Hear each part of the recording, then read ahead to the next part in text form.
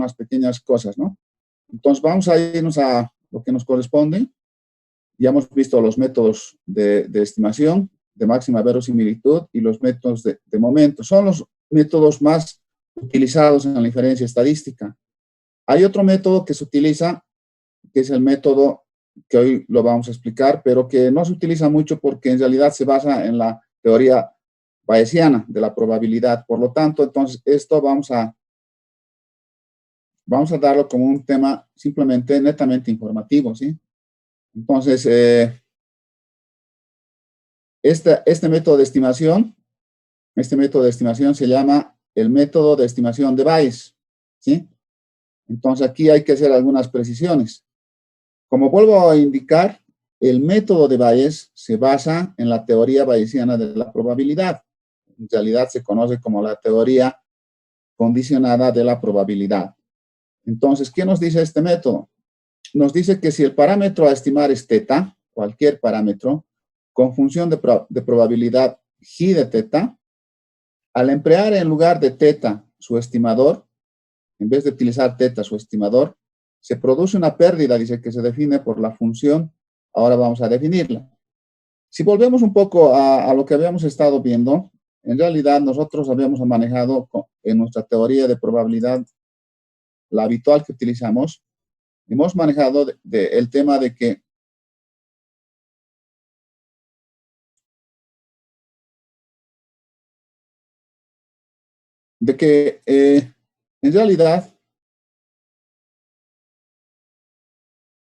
en realidad lo que sucede es lo siguiente, ¿no?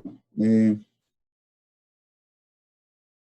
esta parte vamos a ubicarnos.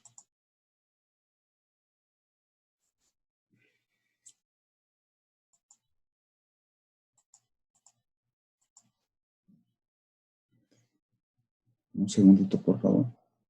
No lo quiere, por alguna situación no lo quiere. Necesitamos espacio aquí abajo. Ahora sí. Entonces vamos a irnos a la otra página, ¿no? Vamos a bajar un poquito esto hasta aquí. Entonces aquí lo que queremos indicar es lo siguiente. En lo que hemos estado viendo hasta ahora, nosotros cuando hemos hecho un proceso de estimación, hemos planteado entonces que en realidad nosotros lo que hacemos es, en realidad es lo siguiente. Nosotros hemos dicho que si en vez de utilizar teta sombrero, que es el estimador, en vez de utilizar, perdón, al revés más bien, ¿no? Hemos dicho que en vez de utilizar el parámetro, ¿sí? Pues aquí en vez de utilizar el parámetro teta, si utilizo en vez de este valor su estimador, entonces eso nosotros lo establecíamos como el error de estimación, ¿no? Y decíamos que el error de estimación era la diferencia del estimador menos el parámetro, ¿no? Así lo manejábamos. Ahora lo que nos está diciendo en la estimación de Bayes hay que tener cuidado. Entonces, el estimador de Bayes nos dice lo siguiente. Nos está indicando lo siguiente, que por ejemplo, si yo en vez de utilizar el teta, que es el valor verdadero que por lo general es desconocido, yo utilizo su aproximación, lo utilizo al estimador. Entonces dice que por utilizar este valor, se produce una pérdida, ¿sí? Hay una pérdida. En otras palabras, está tratando de establecer esto el error, ¿sí? Porque en realidad es una pérdida. Hay una diferencia, entonces, aquí, esto lo voy a anotar como un delta, pero es una diferencia que siempre se va a dar en más o menos la diferencia del estimador y el parámetro, ¿no? Es decir, siempre va a haber una diferencia. Esa diferencia la estoy denominando pérdida, pero en el estimador de Bayes eso va como una situación, ¿cómo les podría indicar? Eso se utiliza como una situación de una función, ¿sí? Entonces aquí estamos indicando eso, ¿no? Si en vez de utilizar el parámetro utilizo el estimador, entonces ahí se produce una pérdida que está planteada por la función pi. Entonces esta es una función que depende del parámetro y del estimador, pero en otras palabras lo que trata de medir es la diferencia, ¿no? Esa diferencia que acabamos de anotar, ¿sí? Entonces, para cada valor, ¿sí? Para cada valor vamos a tener entonces, para cada valor vamos a tener una pérdida media que se denomina riesgo, ¿no? ¿Sí? Entonces, para cada pérdida que tengamos, vamos a tener una pérdida media que se denomina riesgo. En otras palabras, la esperanza de la función de pérdida se denomina riesgo, ¿no? Se denomina riesgo. Entonces, son dos cosas que tendríamos que destacar aquí. La función de pérdida trata de establecer la diferencia entre el estimador y el parámetro, es decir, trata de establecer qué estamos perdiendo por utilizar el estimador y no el parámetro, ¿no? Y hay una pérdida media, la esperanza de la función de pérdida, que se denomina riesgo, ¿no? Y por otro lado tengo el riesgo medio, ¿sí? Y el riesgo medio, como su nombre lo indica, es la función o el valor esperado de la función de riesgo, ¿no? A esto, en el método de estimación de Bayes se le denomina función beta del estimador. Es decir, el valor esperado de la función de riesgo, el valor medio de la función de riesgo, se denomina función beta del estimador. Entonces, el valor del estimador que hace mínima la función beta, se denomina estimador de Bayes. Entonces, este es otro proceso de estimación. Este sí se puede hacer exclusivamente con el cálculo clásico. Y lo único entonces que hay que hacer es encontrar un mínimo la función de beta. Y eso se hace entonces a través de la integral en la región donde está definido el parámetro, conociendo la función de pérdida. Tenemos que conocer porque es una función, no es un valor, es una función que depende del estimador y del parámetro. Y tenemos que encontrar la función condicional del parámetro a la muestra, ¿no? ¿Cuál es la restricción que existe entre el parámetro y la muestra? Y por el diferencial del parámetro, ¿no? Entonces aquí hay una función condicional que dado teta los valores de la muestra, ¿no? Entonces, este es un método que no se utiliza mucho, ¿sí? Al final del capítulo vamos a hacer un ejemplo, pero por ahora lo vamos a dejar aquí. Vamos a ver los otros temas que que nos faltan complementar. Este método en realidad es un método más informativo porque para poder aplicar nosotros tenemos que haber aplicado en la probabilidad solamente la teoría bayesiana.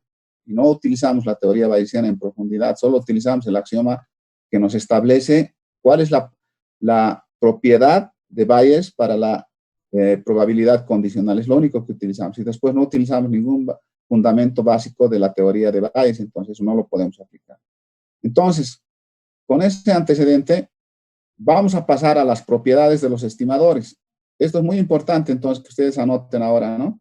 Vamos a hablar entonces aquí de las propiedades que tenemos que para los estimadores. Hasta ahora hemos establecido dos métodos que son de aplicación práctica, que es el método de máxima verosimilitud, que es un método genérico que se utiliza en todo. Tenemos el método de momentos, que también se aplica a todo. Los estimadores de Bayes, que hemos dicho que son especiales, tenemos que conocer la función de pérdida para aplicar la estimación de Bayes. Y posteriormente, en realidad, el método de Bayes consiste en establecer la función beta, ¿no? Y la función beta, como hemos visto, se basa en la función de pérdida y por la multiplicación de la función condicional de dado el parámetro, la muestra, ¿no? Dada la muestra, el parámetro, ¿no? Como lo hemos visto. Entonces, vamos a empezar a ver ahora las propiedades de los estimadores, que es una parte muy, muy rápida, muy fácil, ¿no? Entonces, la primera es el insesgamiento, ¿sí?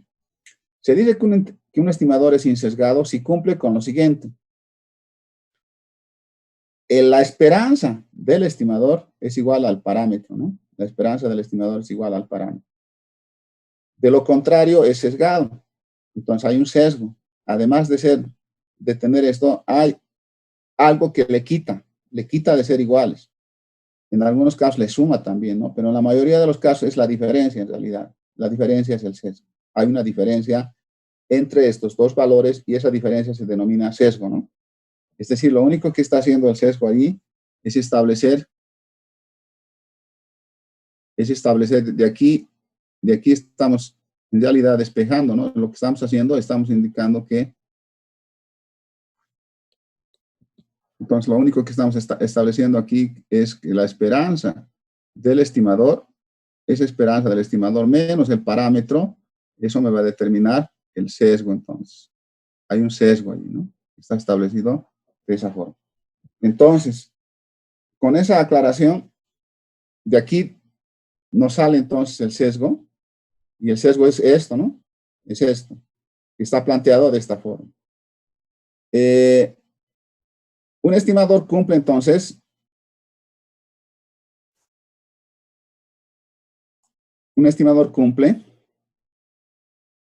cuando lo hacemos de manera directa, entonces estamos planteando que hay una estimación. En algunos casos, con algunas funciones que van a encontrarse, hay que aplicar el límite, ¿sí?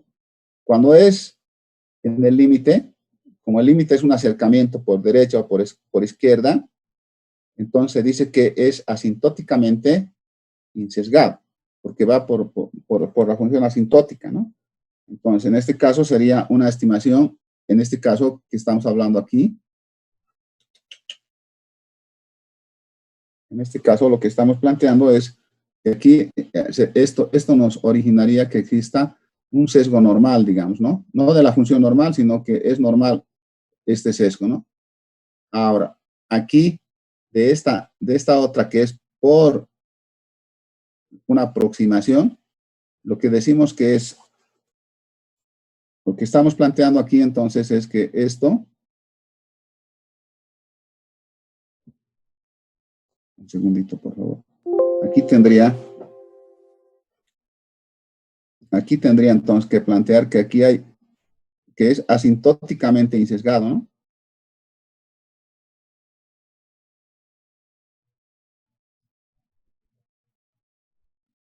Asintóticamente insesgado.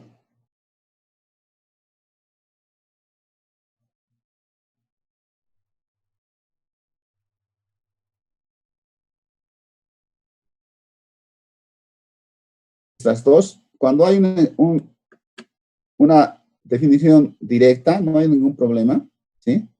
Esto sería normal. Y estos son cuando hay sesgo, ¿no? Cuando hay sesgo. Ahora bien, a partir de ahora vamos a utilizar entonces algunas funciones para poder demostrar el insesgamiento. Esto ya lo hemos visto en varias veces, esta es la función de Poisson, y para esta función vamos a utilizar entonces el análisis correspondiente. Sin embargo, vamos a aprovechar ahora que no lo hemos hecho en la parte que correspondía, entonces vamos a plantear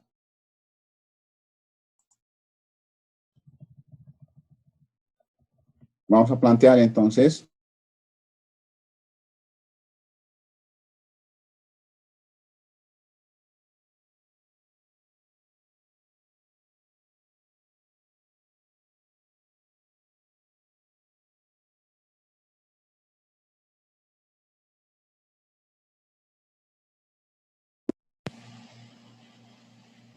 ¿me escuchan? ¿Me escuchan? Sí, sí. Entonces vamos a continuar. ¿Sí? Entonces lo que estamos planteando aquí ahora es ver algunas propiedades y hemos dicho que vamos a aprovechar entonces algo que no hemos visto en la parte anterior. Entonces aquí vamos a anotar esto como propiedades entonces de los estimadores.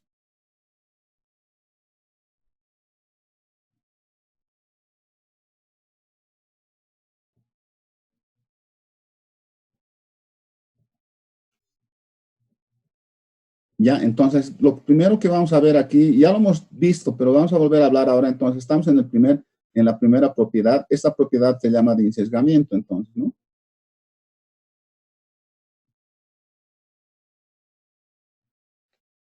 Ahora bien, entonces acabamos de notar que el sesgamiento se da cuando la esperanza del estimador es igual al parámetro, ¿no? Así estamos planteando.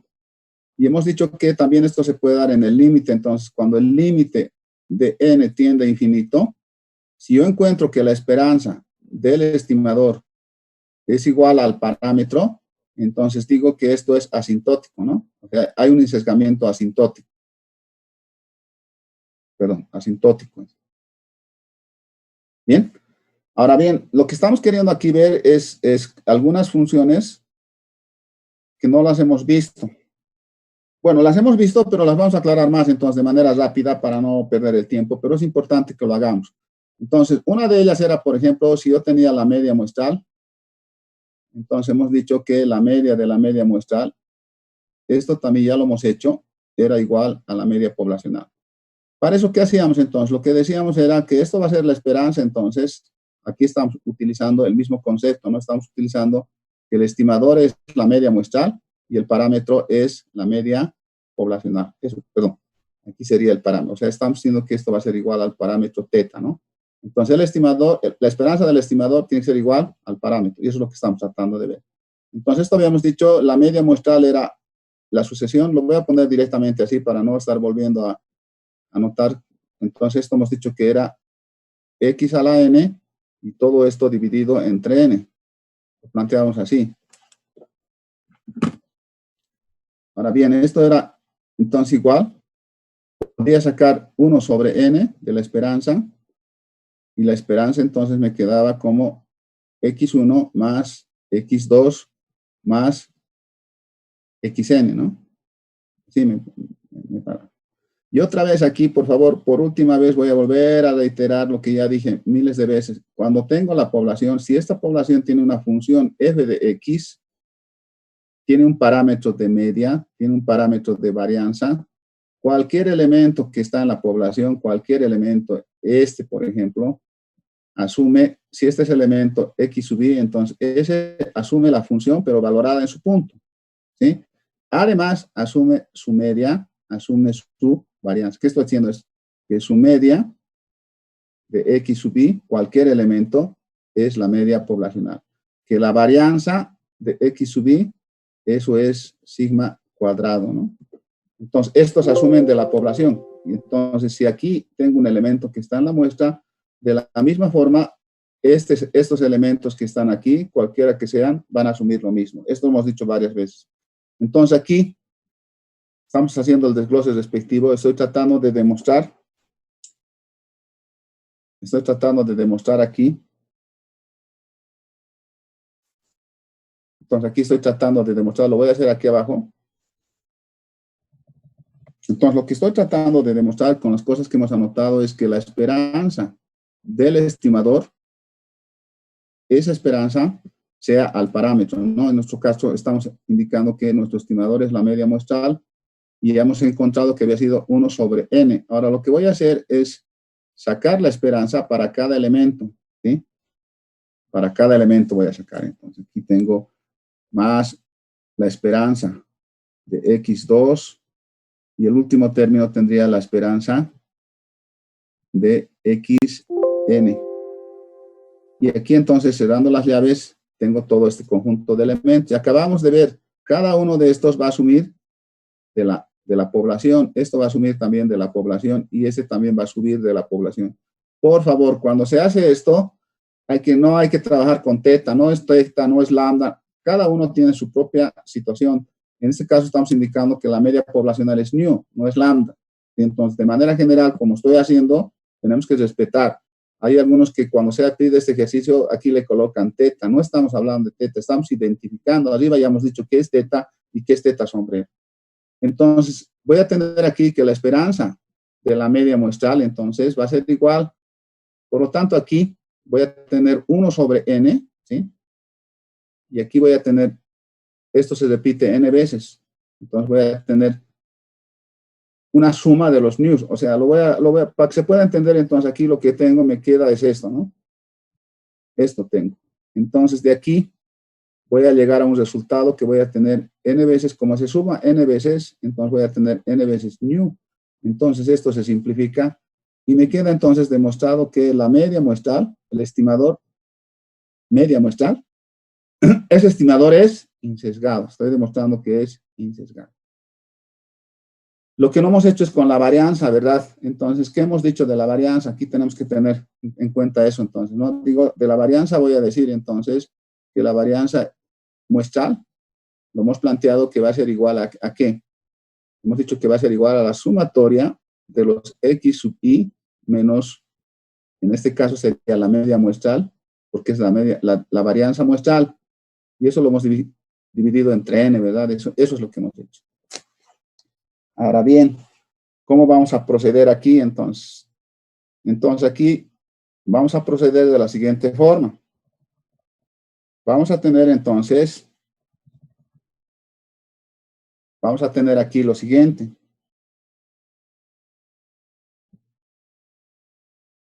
Entonces, lo que me está diciendo ahora es, yo tendría que demostrar qué pasa ahora con la esperanza de la media muestral. ¿Qué pasa con esa esperanza?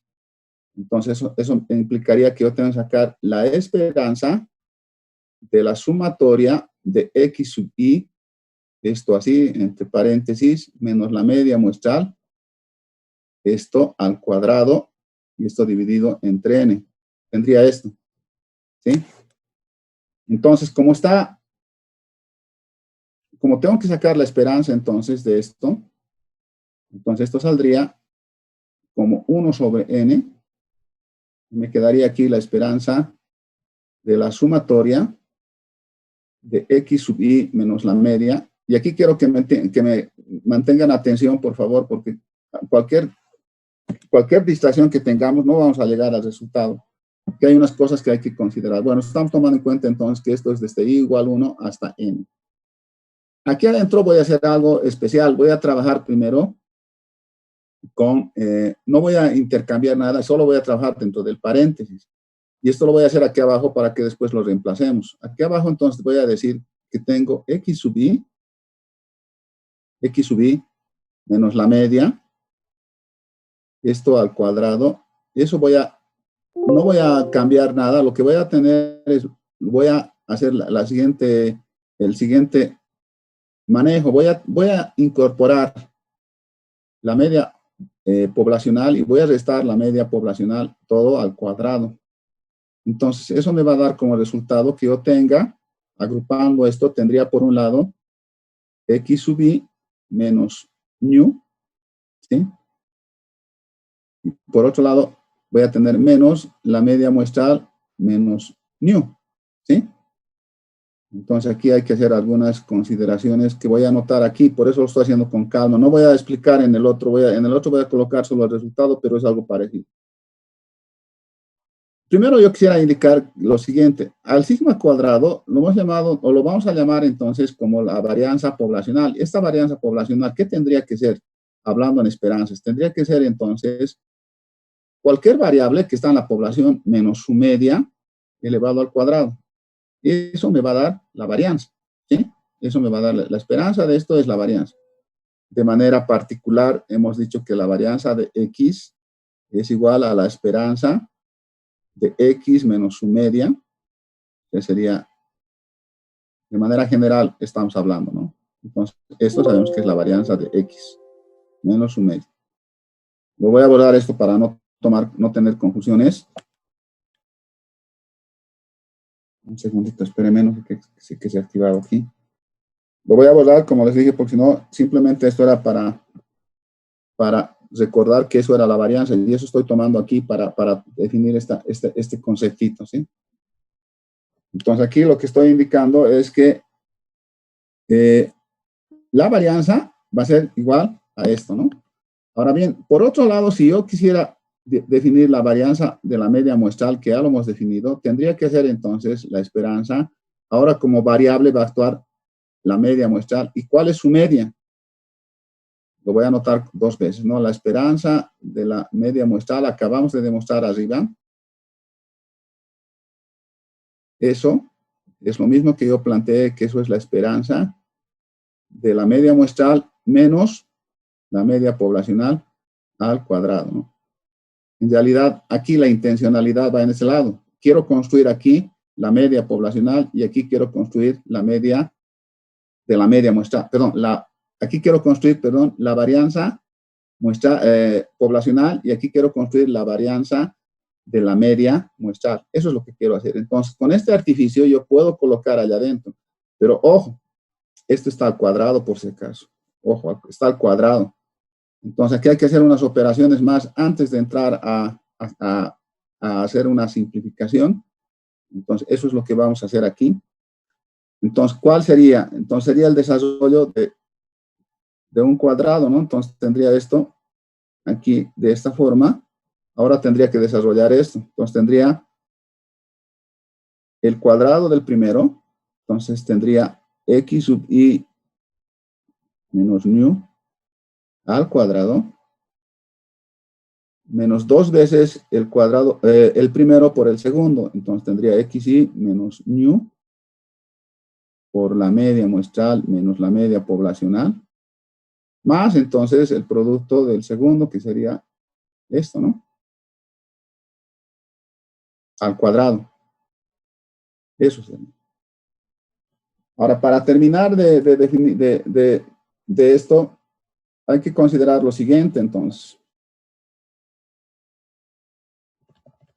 Hay que considerar lo siguiente, entonces, ¿no? Aquí tenemos que tener lo siguiente. No sé si me permitirá aquí escribir, pero yo voy a aprovechar aquí de hacer lo siguiente, algo que es muy facilito. La media muestral, entonces, de aquí tengo que es la sumatoria de los x sub i. Ojo que siempre hay que colocar los límites. Yo no estoy colocando, pero estoy suponiendo que ustedes lo están haciendo. Por si se acostumbran a tener así, esto no puede ser indefinido. Tiene que estar acotado entre un valor menor y un valor mayor. Yo simplemente para hacerlo rápido lo estoy haciendo así. De aquí entonces yo tendría que la sumatoria de los x sub i era igual entonces, o es igual más bien a n por la media. Eso no nos podemos olvidar, ¿sí? Entonces, con estas dos cuestiones y con este desarrollo que hemos hecho, vamos a volver arriba. Antes de aplicar, entonces, tengo que aplicar la sumatoria, ¿sí? Entonces, aquí tengo, nos hemos quedado en esta parte, perdón, en esta parte nos hemos quedado. Entonces, de aquí, entonces, vamos a retomar con estos cambios, con estos argumentos que hemos explicado de manera detallada. Entonces, voy a tener que aplicar ahora a este cuadrado que hemos desarrollado, tengo que aplicar la sumatoria, entonces, ¿no? Entonces, a cada uno tengo que aplicar la sumatoria y después tengo que aplicar la esperanza. Eso veamos cómo sale, ¿sí? Entonces, lo que yo necesito, lo que estoy tratando de determinar aquí, lo que estoy tratando de determinar es la esperanza del estimador a qué es igual. Entonces, esa esperanza la estoy planteando que es ahora para la varianza muestral. Entonces, lo que estoy tratando de hacer ahora es encontrar la esperanza de la sumatoria, perdón, aquí me falta el 1 sobre n, ¿sí? Es 1 sobre n por la esperanza, ¿no? Vuelvo a reiterar, tienen que tener estos límites por si acaso. Ustedes anoten en su cuaderno con más comodidad. Es un poco difícil aquí acomodar esto. Entonces, lo que yo tengo que acomodar a esto es aplicar entonces a toda esta expresión, ¿verdad? Entonces, esta expresión la voy a dejar como x menos nu al cuadrado, ¿sí? Aquí creo que está bien así. Por otro lado, tendría menos 2 veces, pero esta es constante, no está afectada por la sumatoria, por lo tanto, esto lo voy a dejar así. Sí está afectada por la sumatoria, esto que sería x sub i menos nu. Y después tendría más, perdón, aquí la sumatoria sería, tenemos que anotar aquí la sumatoria, ¿no? Entonces aquí tendría más la sumatoria. Esta sumatoria sería de la media muestral menos la media poblacional al cuadrado. Eso sería aplicar las sumatorias. En esta parte la vamos a dejar, aquí lo hemos anotado así, pero lo vamos a dejar, no tiene ningún inconveniente. Aquí vamos a hacer algunos arreglos. Voy a ponerlo esto como esperanza, ¿sí? Voy a trabajar elemento a elemento, entonces, ¿sí? Para no tener inconvenientes. Primero lo dejaremos como está y después lo vamos a complicar, no se va a entender nada si es que trato de arreglar esto. Esto lo voy a dejar como la sumatoria, lo voy a poner así. Aquí entonces es donde voy a trabajar. Esto va a ser 2 veces la media muestral menos la media poblacional y aquí es donde voy a afectar a esto, perdón, esto está entre paréntesis. Aquí voy a volver a escribir. Lo malo es que aquí no se puede utilizar el borrar como se hace en la clase, con la almohadilla, es más complicado esto, ¿no? Entonces aquí estoy indicando que esto es 2 veces, no estoy cambiando nada, esto es la media menos mu.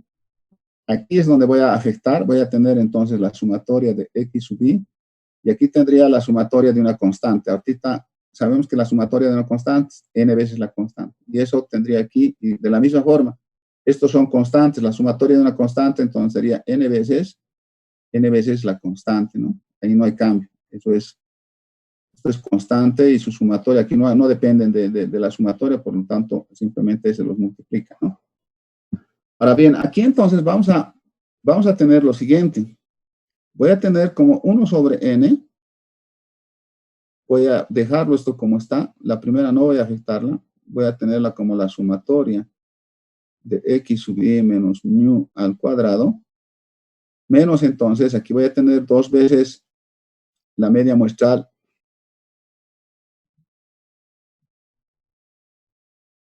menos la media poblacional. Eso me va a dar aquí. Y aquí, ¿qué voy a tener como resultado?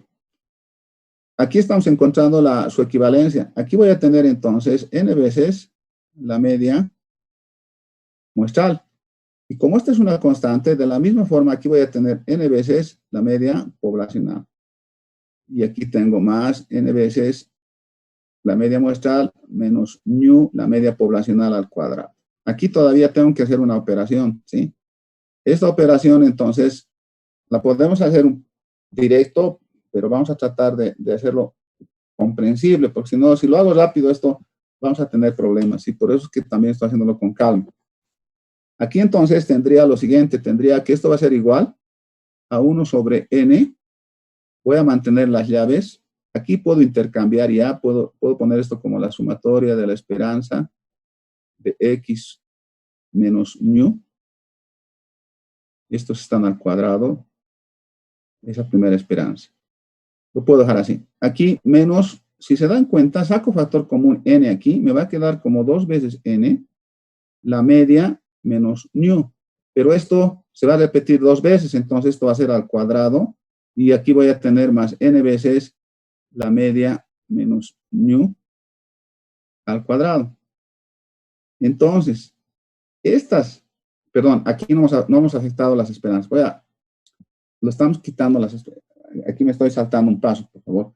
Esto lo voy a dejar porque me estoy saltando un paso. No me puedo saltar ese paso. Todavía no he aplicado la esperanza, tengo que aplicar a toda la expresión. En este caso, no lo voy a hacer, lo voy a dejar aquí, la esperanza, y voy a dejarlo esto como la sumatoria. Lo quiero hacer rápido y voy a complicarles, no van a entender. No estoy aplicando todavía la esperanza, sigo con la sumatoria, aquí he aplicado la sumatoria, he venido de arriba y tengo esta situación. Estos dos términos son iguales, todavía los puedo simplificar. Entonces voy a tener 1 sobre n, la esperanza, esto lo voy a mantener, se mantiene esto, no cambia, al cuadrado, y aquí estos dos se van a volver solamente 2n menos n, voy a tener n veces entonces menos mu al cuadrado. Voy a tenerlo así. Ahora sí, en esta siguiente relación voy a aplicar la esperanza. Entonces, esta esperanza que voy a aplicar, voy a anotar esto entre corchetes. Aquí voy a tener entonces, voy a intercambiar, aquí le voy a poner la sumatoria de la esperanza de x menos mu, esto al cuadrado. Lo voy a mejorar esta notación. La vamos a mejorar porque si no, no se va a entender esto. Y es vital que entiendan porque si no, no vamos a poder continuar. Entonces, estoy volviendo a anotar esto. Esto voy a anotar entonces como la sumatoria de la esperanza.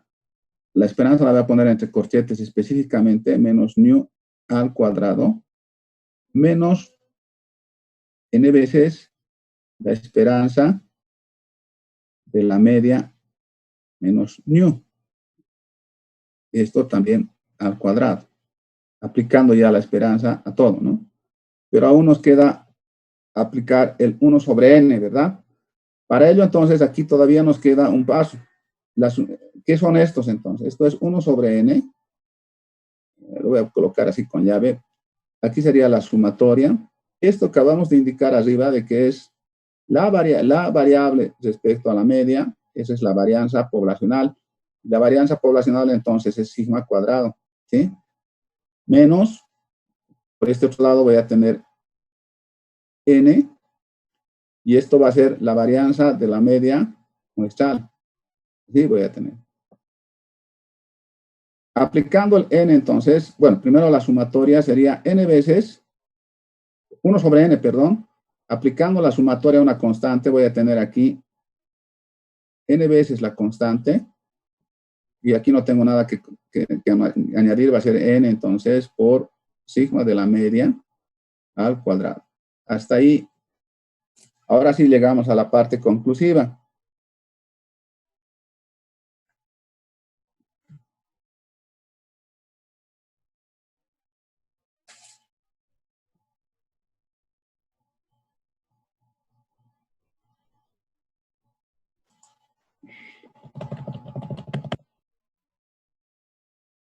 Entonces, en esta parte conclusiva, ¿qué vamos a tener? Vamos a tener aquí entonces, bueno, estamos tratando de establecer que la esperanza de la media muestral aquí es igual entonces.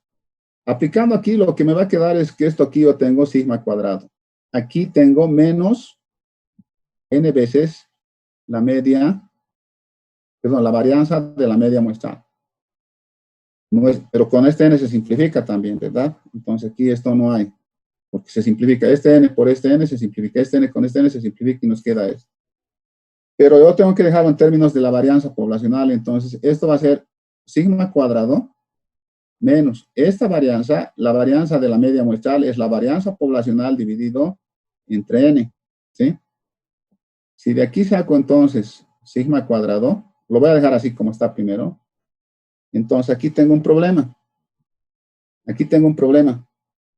No me sale, yo esperaba que me salga, como habíamos dicho, la esperanza del estimador tiene que ser igual al parámetro para ser insesgado.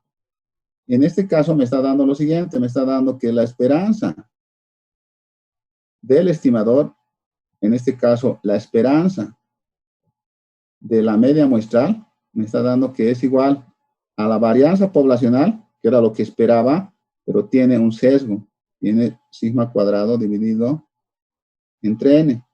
Entonces aquí hay un sesgo, ¿no? Ese es el sesgo, ¿sí? Ese es el sesgo. Entonces, la varianza, por eso habíamos dicho que la varianza muestral se utiliza cuando los tamaños de la muestra son grandes, porque hay un sesgo. Si esto bajamos a niveles pequeños, es mucho más preciso. A medida que n crece, prácticamente va a ir convirtiéndose, si sacamos el límite va a tender a cero, por lo tanto, por eso es que no es necesario en muestras pequeñas, pero sí en muestras grandes, ¿no? Ahora bien, yo puedo de aquí sacar en realidad el sigma cuadrado como factor, y me va a quedar entonces n menos 1 dividido entre n. Entonces aquí ya me está dando la solución, me está indicando por qué tengo que utilizar la cuasivarianza, ¿no? ¿Por qué divido entonces entre n menos 1? Porque cuando divida entre n menos 1, voy a tener entonces esta expresión. Entonces, la conclusión de esta parte es que la esperanza de la media muestral nos da un estimador sesgado, tiene sesgo, ¿no? Tiene sesgo. Entonces, esto es sesgado, ¿ya? Es sesgado. No puedo más entonces hacer. Ahora bien, ¿qué necesito entonces para tener un estimador insesgado? Entonces voy a indicar lo siguiente. Entonces lo que yo quiero ahora es tener un estimador insesgado. Entonces voy a utilizar el otro estimador. En este caso voy a utilizar el estimador de la cuasi varianza, ¿sí? Entonces, ¿el estimador qué es? Es la sumatoria de x sub i menos la media, eso al cuadrado, dividido todo entre n menos 1, ¿sí? Perdón, estoy anotando solo la cuasivarianza, tengo que anotar todo, voy a volverlo a reescribir esto. En realidad, yo tengo que sacar aquí entonces la esperanza de la cuasivarianza que ya hemos anotado, era x sub i menos la media muestral al cuadrado dividido entre n menos 1. Eso es la esperanza. Puedo sacar esto fuera del paréntesis, entonces voy a tener 1 sobre n menos 1. Y aquí me va a quedar entonces, lo voy a anotar con corchetes, sería la esperanza de la sumatoria de x sub i menos la media al cuadrado. Lo pondremos con llaves, ¿sí? Para no tener problemas. Esto vamos a poner con llaves, de esta forma. Esto es lo que queda entonces. Y ahorita acabamos de hacer todo el desarrollo para esta parte, ¿sí? Para esta parte la hemos desarrollado. Entonces voy a tener aquí que la esperanza de la cuasivarianza es igual a 1 sobre n menos 1. Toda esta parte ya la hemos trabajado aquí arriba. Toda esta parte es este trabajo entonces, ¿no? Este es su resultado entonces. Este es el resultado de toda esa parte. ¿Sí? Si volvemos a ver, solamente que estamos hablando de la segunda parte, estamos hablando no del 1 sobre n, sacando el 1 sobre n, esto es lo que teníamos, ¿sí? De aquí hemos sacado el 1 sobre n, que sale de la sumatoria, y todo este desarrollo que hemos hecho llega a este resultado. No estamos tomando en cuenta el 1 sobre n, solamente esta parte. Entonces, como nosotros tenemos esta parte, entonces ya tenemos el resultado de allá, pues, ¿no? El resultado de allá, entonces, va a ser aquí, ya habiéndose aplicado las esperanzas, todo esto es n sub sigma cuadrado menos n por la media, por la varianza de la media muestral. Entonces, ¿esto qué nos va a dar como resultado?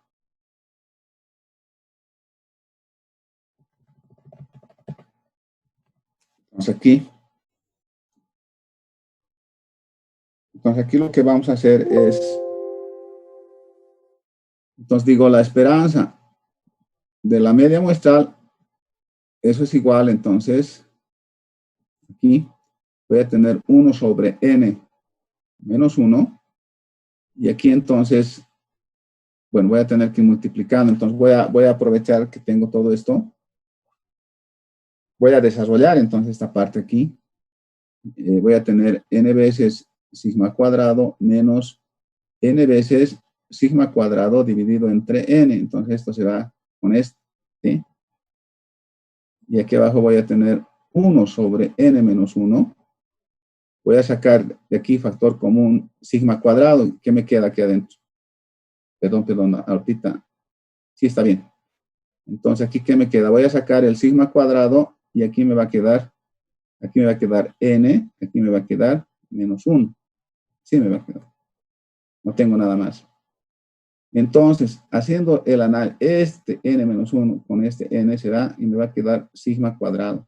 Entonces, la esperanza de la cuasivarianza es igual, entonces, a la varianza poblacional. Aquí se cumple, entonces, esto es insesgado, por eso habíamos dicho que hay una diferencia. Esta es insesgado y la otra es sesgado. Por eso es que utilizamos para muestras pequeñas este resultado, ¿sí? Y para muestras grandes utilizamos el anterior resultado. Por lo tanto, aquí hay una diferencia. El estimador varianza muestral es sesgado. El estimador cuasi varianza es insesgado. ¿Sí? Y eso es importante. Ahorita estamos anotando las propiedades. Entonces, la primera propiedad de insesgamiento que va en ese. Ahora, con relación al ejemplo que nos estaba dando, que nos pidió, si volvemos a la transparencia, vamos a anotar qué nos estaba pidiendo. Nos estaba pidiendo entonces que, dada la siguiente función de probabilidad, demostrar qué propiedades cumple. ¿Qué propiedades? Si estamos en la primera propiedad, que es la propiedad de insesgamiento.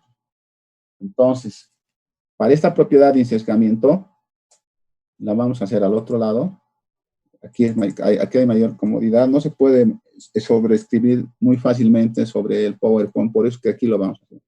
Entonces, para nuestro ejemplo, que lo hemos planteado, nos está pidiendo que demostremos qué propiedades cumple, ¿no? ¿Qué propiedades cumple? Aquí, entonces, yo estoy indicando que la función que quiero, que he encontrado es, que he utilizado más bien es la función f de x lambda, que hemos dicho que es e elevado a la menos lambda por lambda elevado a la x y esto dividido entre x factorial, ¿sí? Ahora bien, de aquí, ¿qué hemos hecho entonces? De aquí he encontrado que el estimador, mediante máxima verosimilitud, hemos encontrado que era la media muestral. Ustedes han hecho por el método de momentos, entonces esto está fresco. Este es el estimador. Lo que quiero demostrar ahora es que este estimador sea insesgado, ¿no? Para la distribución de Poisson, han debido ver ahora que han trabajado, la media de X poblacional es lambda. Y la varianza poblacional también es lambda, ¿no?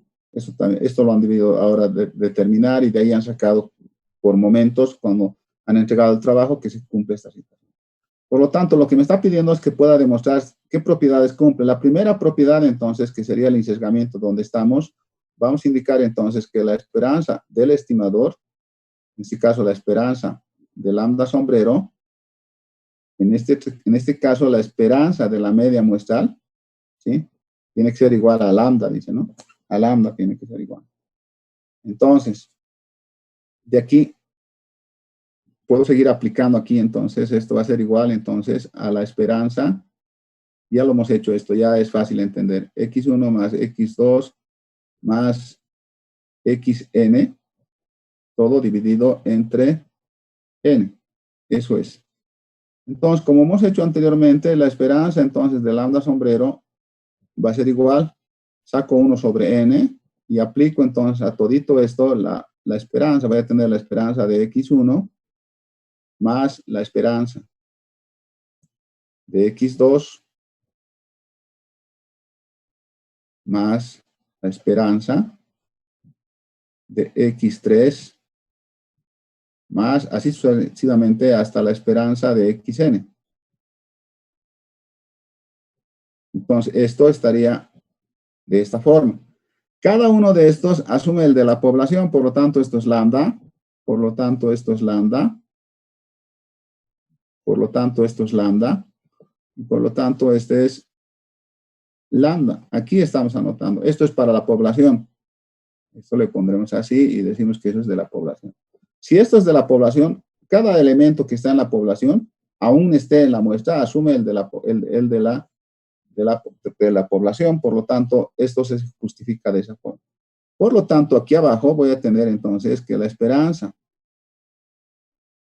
del estimador va a ser igual a 1 sobre n, y aquí dentro del paréntesis lambda más lambda más lambda.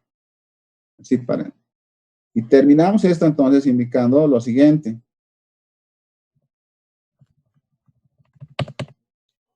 Entonces, de aquí yo termino planteando que la esperanza de lambda sombrero va a ser igual entonces a 1 sobre n por n veces lambda. Y de aquí concluyo entonces que la esperanza de lambda sombrero es igual entonces a lambda. Por lo tanto, entonces, ¿sí? Por lo tanto, entonces, estamos planteando que el estimador lambda, el estimador media muestral, es insesgado, ¿no? Entonces, la propiedad que cumple, la primera propiedad que cumple el estimador de lambda sombrero, que es la media muestral, es que es insesgado para la función de Poisson, solamente para la función de Poisson.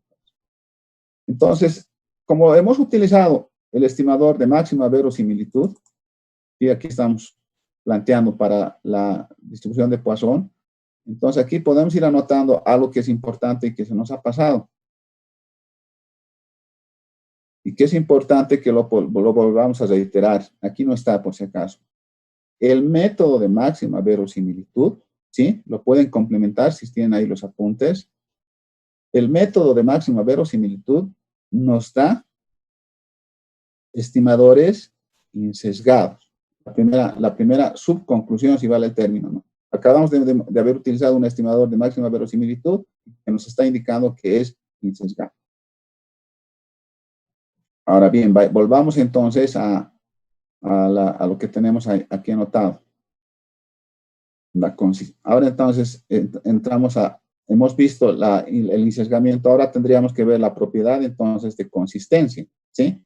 ¿Qué nos dice la propiedad de consistencia entonces? Nos dice Se dice que un estimador es consistente cuando a medida que crece el tamaño de la muestra, o sea, n tiende a infinito, el estimador converge, dice, al parámetro correspondiente, o sea, converge a teta, ¿sí? Lastimosamente tenemos que interactuar con las dos cosas. Aquí no me va a permitir borrar fácilmente, entonces tengo que volver aquí. Ahora estamos hablando de la propiedad de consistencia, lo hemos puesto con A, lo vamos a poner con B esto. Estamos hablando de la propiedad de consistencia, entonces.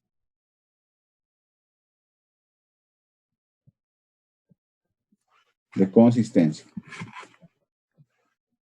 Entonces, como estamos indicando, un estimador dice que es consistente. Ese estimador es consistente cuando en la medida que n tienda a infinito, entonces, como resultado de que n tiende a infinito, el estimador, lo voy a anotar con letras, converge, dice, al parámetro, a teta, converge a teta, a medida que n tiende a infinito. ¿Cómo podría eso gráficamente conceptualizar? Si esta es la población, entonces esta población saca una muestra, ¿sí? Saca una muestra. Saca una muestra entonces, ¿no? Entonces, si en esta muestra yo aplico entonces que n va a crecer, entonces, ¿qué va a pasar con n? N va a ir creciendo, ¿no? Va a ir haciéndose cada vez más grande. Entonces, n va a ir en la misma forma que hace la población, va a ir un momento en que va a ir a converger con los valores porque va a asumir casi la población. Entonces, esto es en la medida en que n tiende a ser a infinito.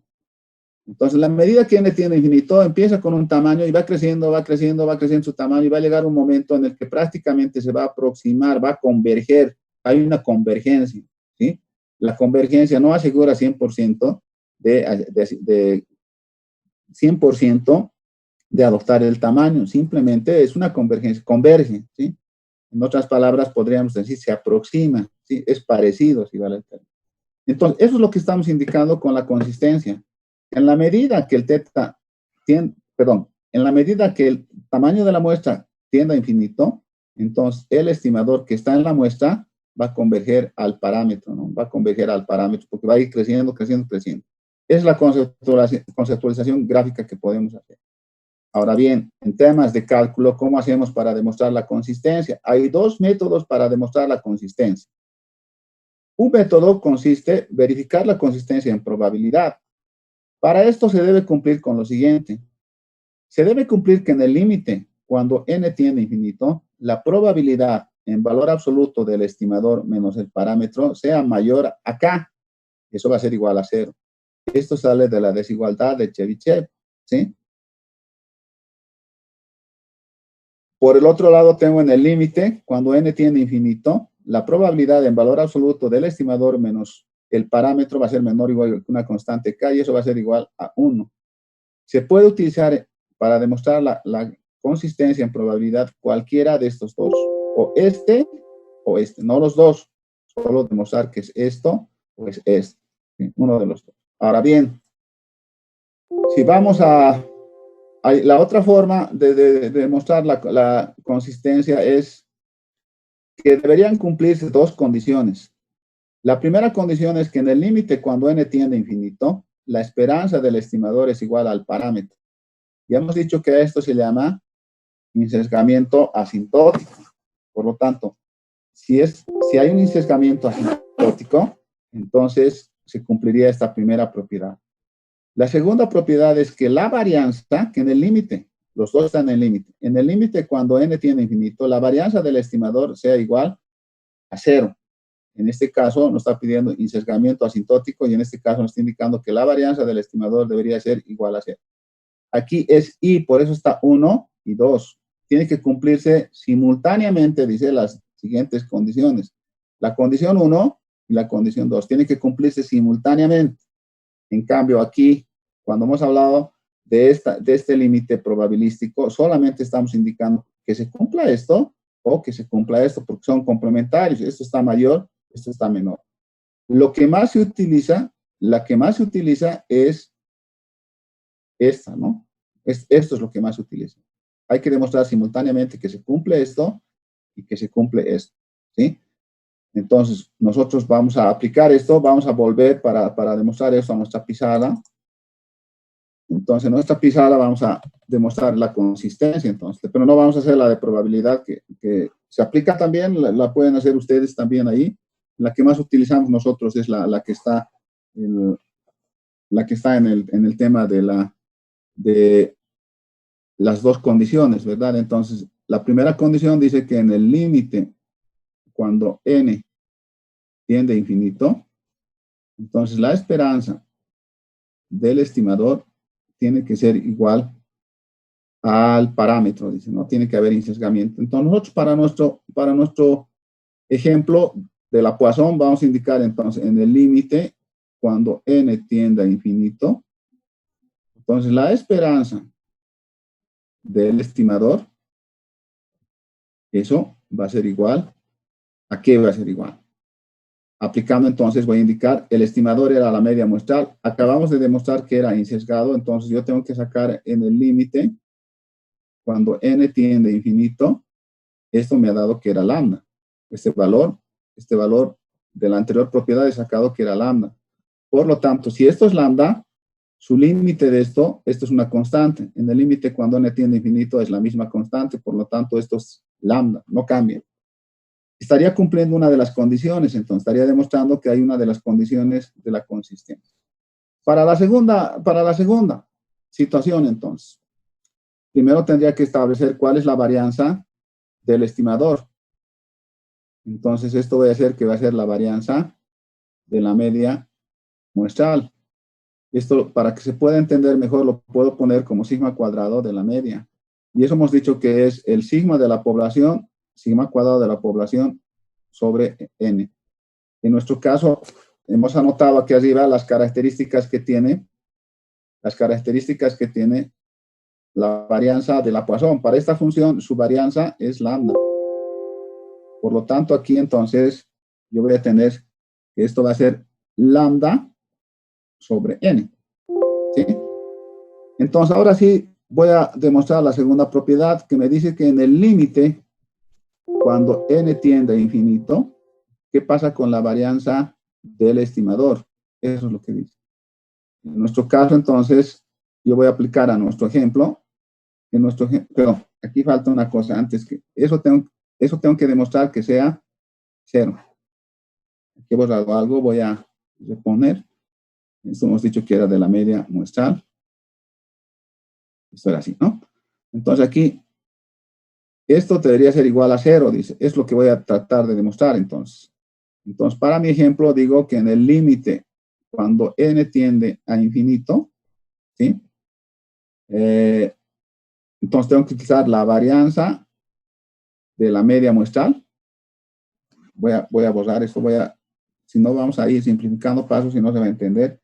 No se va a entender de dónde a dónde cambia. Entonces aquí estoy hablando de la varianza de lambda sombrero, que aquí arriba ya lo he demostrado. ¿Cuál es la varianza? Esto va a ser igual entonces al límite cuando n tiende a infinito. ¿De qué? De lambda sobre n. Este valor está saliendo de aquí. ¿Sí? Esto entonces me va a dar 0. Lambda sobre n, que es infinito, yo tendría que eso va a ser entonces lambda sobre infinito, y eso me va a dar 0, ¿no? 0 me va a dar. Por lo tanto, entonces, yo tengo las dos condiciones. Esta condición también se ha cumplido. Entonces, digo que es consistente. El estimador lambda de la función de Poisson, lambda sombrero, es consistente. Hasta ahora tiene dos propiedades: insesgamiento y consistencia. Y si volvemos al método de máxima verosimilitud, entonces complementaríamos, decíamos, el método de máxima verosimilitud nos proporciona un estimador insesgado y consistente. Hasta ahora consistente, cumple con el insesgamiento y con la consistencia, que es la segunda propiedad entonces. Entonces,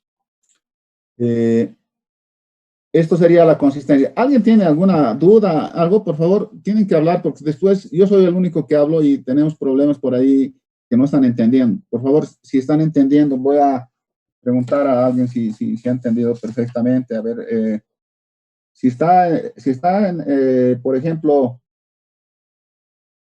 Danita Kisbert, ¿está escuchando? ¿Está en la clase Danita Kisbert?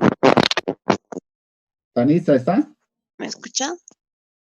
¿Danita está, Sí. está en la clase?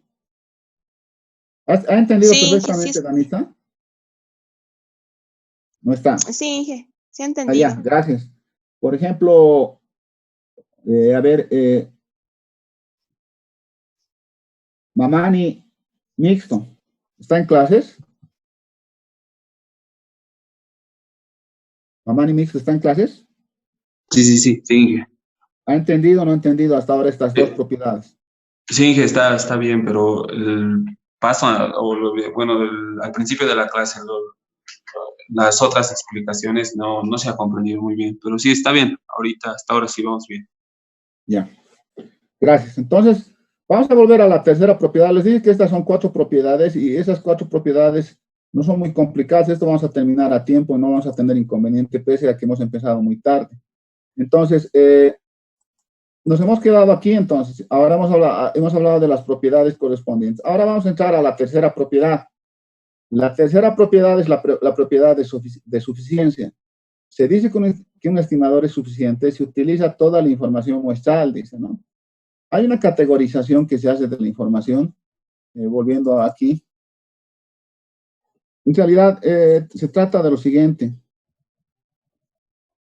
En la medida en que se pueda utilizar toda la información muestral, que es útil, se puede entonces plantear que exista un estimador. Por ejemplo, les voy a dar un ejemplo simplemente. Si esta es la muestra, estamos hablando de la muestra, entonces la muestra yo la puedo tener estratificada, si vale el término, donde tenga hombres y mujeres.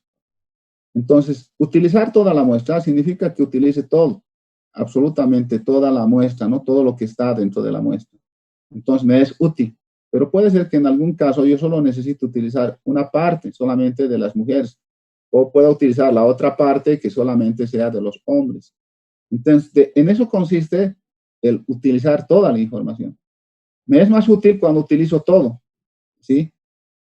No cuando utilizo parcialmente. Entonces, si en una muestra solamente utilizo parcialmente, ¿a qué me estoy refiriendo esto? Si tengo aquí, por ejemplo, una muestra, como la anotamos así, y esta tiene n elementos,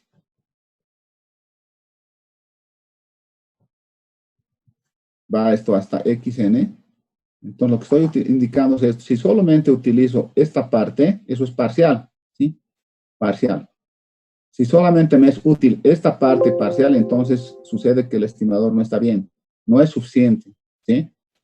Si utilizo todo, entonces el estimador es suficiente. Ese es el concepto que se tiene como propiedad de la suficiencia.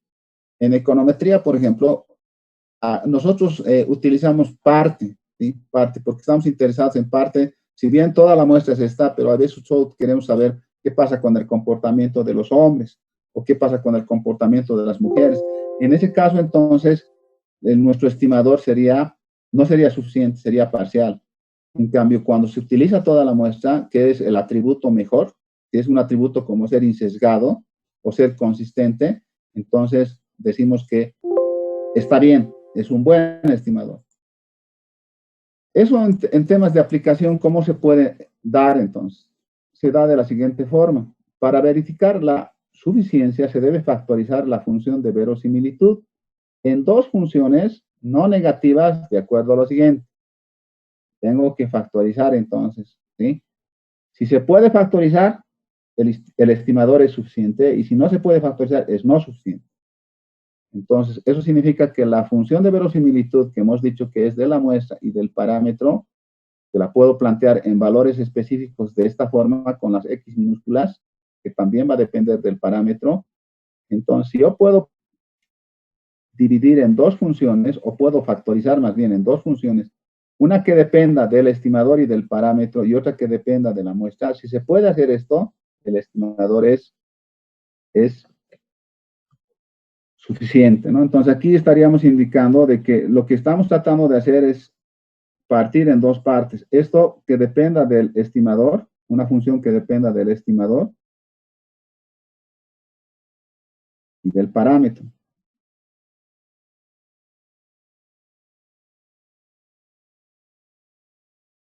Y otra que dependa exclusivamente,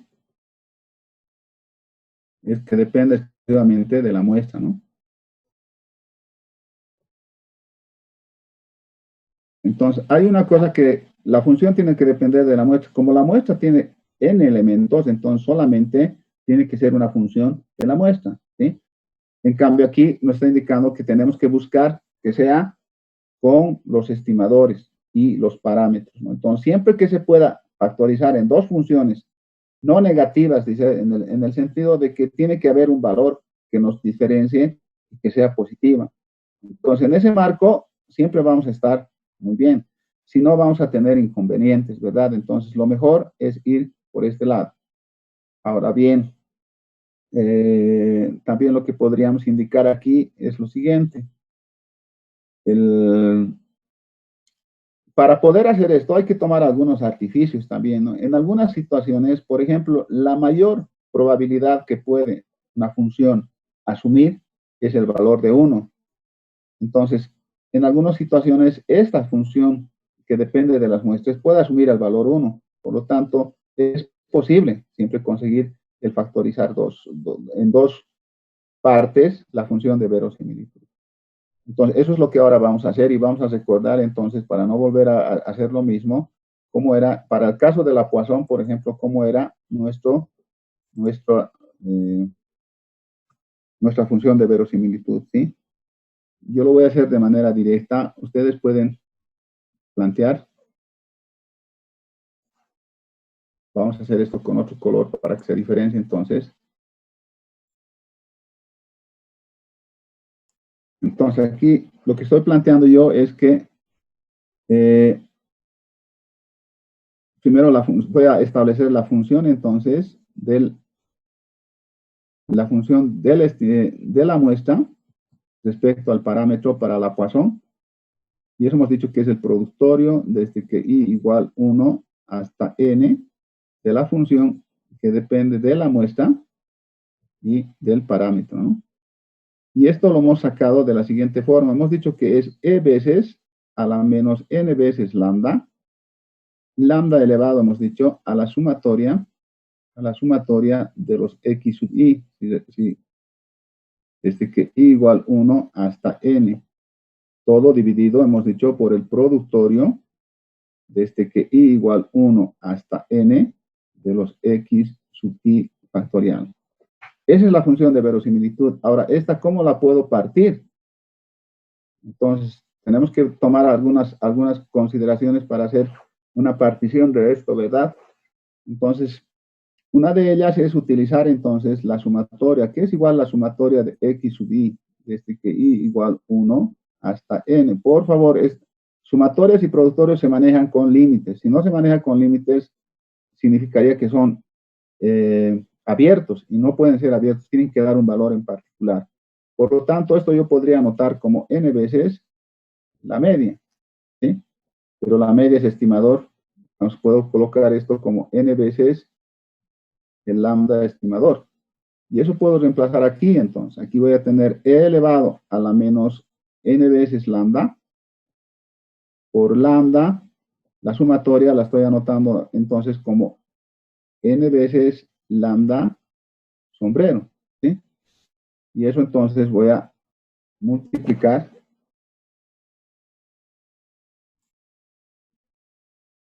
entonces aquí en la multiplicación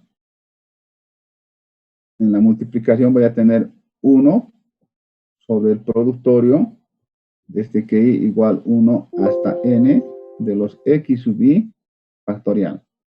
Entonces aquí lo que estoy teniendo, esta función es la función que estábamos buscando, es una función h que depende exclusivamente de x1, x2, xn, ¿sí? Por el contrario, al lado, tengo entonces otra función. Esta función que está con rojo me dice entonces que es una función que depende del parámetro, lo que hemos puesto del estimador y del parámetro, nada más depende. En realidad están multiplicadas, ¿verdad? Entonces, estamos encontrando, vamos a uniformizar esto, en algunos está al revés, pero vamos a ver aquí cómo lo hemos puesto. Aquí lo hemos puesto el estimador, ¿está bien? Nos vamos a volver a la pizarra. Aquí entonces estoy encontrando así. La función de verosimilitud de la Poisson me daba esto. Y esto, a través de las relaciones algebraicas, puedo expresar de esta forma. Así expresada, esta parte en rojo es una función, es una función que depende del estimador y del parámetro.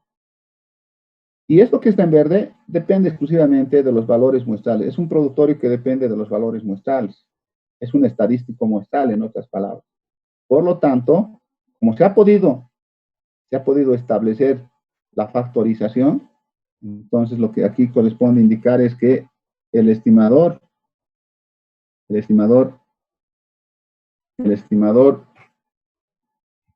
lambda, ¿sí?, es suficiente, ¿sí? Es suficiente. Como hemos partido del método de máxima verosimilitud, porque hemos dicho, según máxima verosimilitud, el lambda sombrero es igual a la media muestral, entonces podemos complementar que el estimador de máxima verosimilitud es insesgado, es consistente y es suficiente, ¿sí? Es suficiente. Ahora, aquí hay una trampa aquí con este valor. Les he indicado que ese valor puede también ser 1. Es decir, que puede adoptarse, no lo voy a anotar ahí, lo voy a anotar con otro color. Por ejemplo, podemos utilizar para el ejercicio, este está yendo conmigo, no quiero que se, bueno, ya, lo vamos a manejar así. Entonces, aquí lo que estoy diciendo es, por ejemplo, para tener el de la función que hemos dicho que x de la función de teta, esto hemos dicho que era teta por e elevado a la menos teta x, ¿no? Eso hemos planteado. Y de aquí hemos sacado que el estimador teta era igual a 1 sobre la media, ¿no? Así hemos sacado. ¿Sí? Ahora, esto, ¿cómo puedo yo plantear en el tema de la función de verosimilitud? Entonces, la función de verosimilitud para x teta, eso era igual, entonces esto era de la muestra.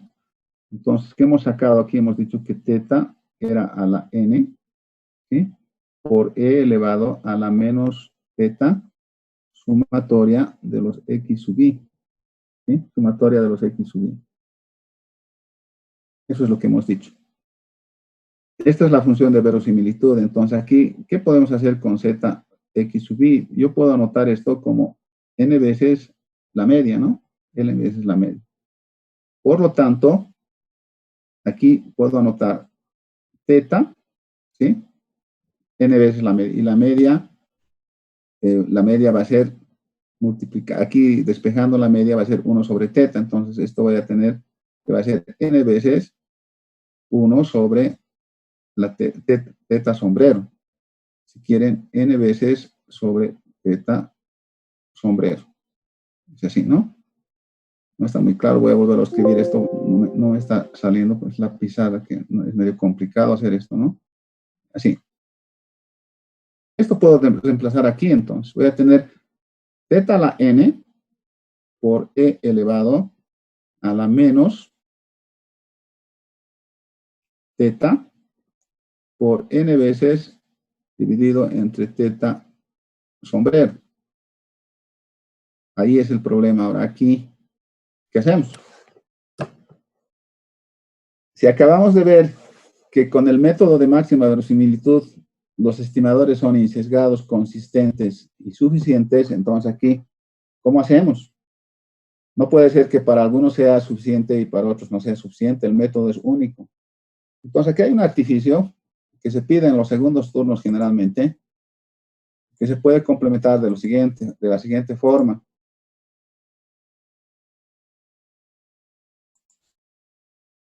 Entonces, aquí se puede complementar de la siguiente forma. Se anota un 1, entonces, ¿no? Es 1. Entonces me está dando esto. En realidad esto va a seguir siendo multiplicado por 1, pero ya lo voy a volar esto para no quedar con. Entonces aquí he logrado, anotando el 1, he logrado factorizar entonces en dos partes. Esta parte sería h de x1, x2, xn, pero esa h, esta función, lo máximo que puede asumir es un valor 1. Entonces yo puedo asumir que este sea un valor 1. Así que pasa que hoy no estoy con las luces prendidas, ya también el cansancio de la semana. Aquí entonces me da el 1. Y esta otra función que estamos viendo aquí, esa función es exclusivamente dependiente del parámetro θ. Esta es una función entonces donde tengo que g depende del estimador θ y del parámetro θ.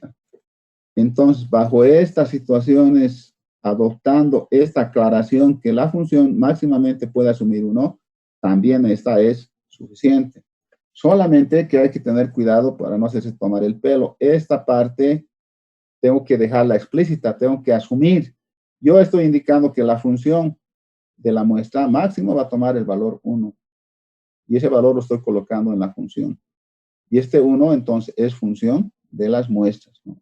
En otras palabras, el estadístico muestral va a asumir el valor máximo de 1. Eso es lo que estoy indicando.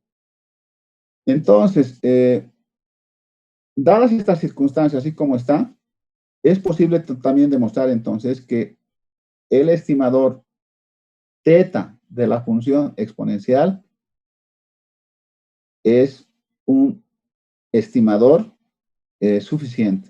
Utiliza toda la información muestral. Entonces tenemos, a través del método de máxima verosimilitud, estimadores insesgados, consistentes y suficientes. En todos los casos, por si acaso. No hay excepcionalidad con esta definición.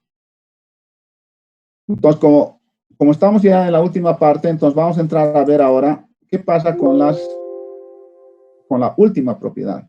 La última propiedad es especial. Habla de la eficiencia. Esto se tiene que aplicar en todo, por si acaso, ¿sí? Aplicamos en todo. Se dice que un estimador es eficiente si se cumple con las siguientes condiciones. Que el estimador sea insesgado.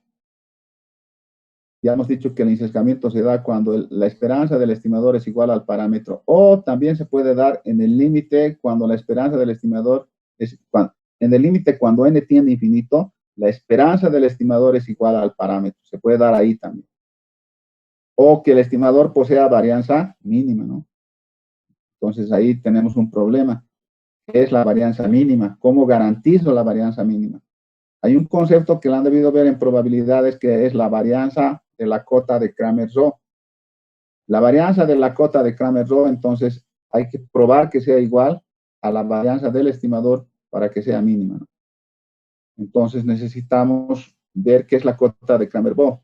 La desigualdad de Cramer-Rowe nos da, entonces, una acotación inferior de la muestra, ¿no? Si volvemos aquí, entonces, conceptualmente, ¿qué nos está indicando la cota de Cramer-Rowe? A esto se conoce como la desigualdad, entonces, la desigualdad. Lo han debido ver esto en probabilidades.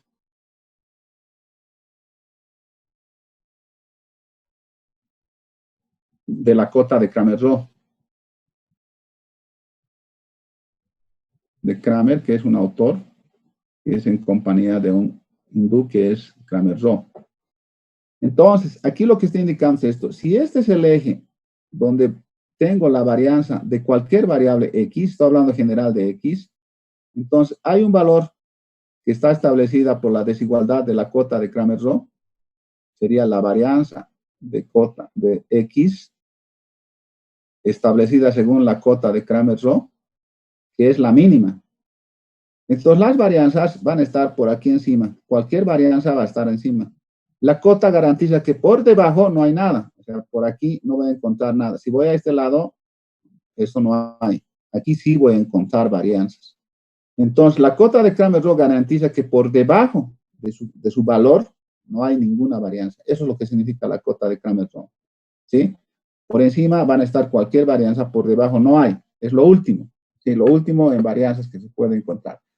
Partimos del propósito de indicar que la varianza siempre es un valor positivo. Entonces, dentro de los positivos es el mayor valor, perdón, el menor valor que se puede encontrar para la varianza. Ahora bien, esto, ¿cómo se aplica entonces, no?